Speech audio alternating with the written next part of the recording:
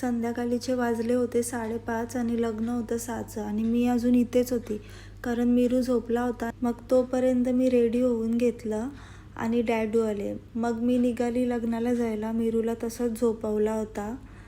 बरं, लग्न लागल्यावर मी त्याला घ्यायला येईल. मग मी पोचली इथे मांडवामध्ये. तर इथेच सगळी थांबली होती आणि बालू तर नुसता स्माईलच करत होता. मग आम्ही गेलो नाचायला. तर आमची दिदकी बघा किती प्रिटी दिसत होती. आणि हां, तिचा ड्रेस मीच डिझाईन केला होता. तर कसा वाटला कमेंट करून सांगा. आणि माझा पण ड्रेस कसा वाटला ते पण कमेंट करून सांगा.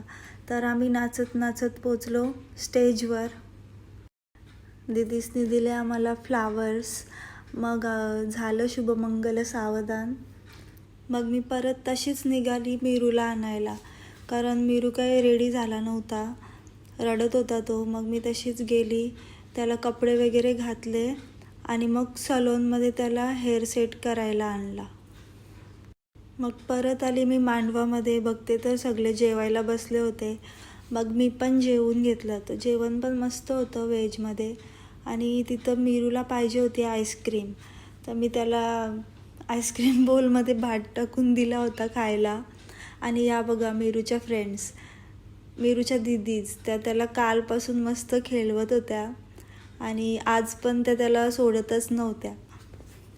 मग मी मीरूला बोलली चल ये तुझे फोटो काढते. तर मुद्दाम नाटकं करायला लागला आणि एक पण फोटो त्याने मला चांगला नाही काढून दिला.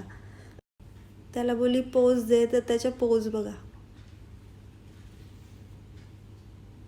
या फोटोमध्येच फक्त क्यूट दिसत होता. मग मी त्याला बोलली आपण सेल्फी काढूया, तर सेल्फी पण काढून नव्हता देत मला. मग झाली नवरा नवरीची एंट्री आणि दोघं पण खूपच छान दिसत होते. मग आम्ही पण जाऊन स्टेजवर फोटो काढला आणि मीरू कंटाळला होता म्हणून मी लवकरच घरी आली.